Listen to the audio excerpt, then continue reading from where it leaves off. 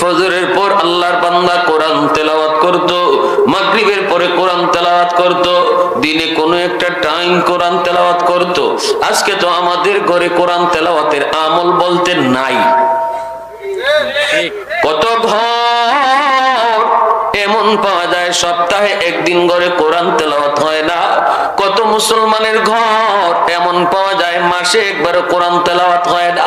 বৎসরে সবে কদর, সবে বরাত আসলে, রমজান মাস আসলে পরে মাঝে মাঝে কিছু কোরআন তেলাওয়াত হয়।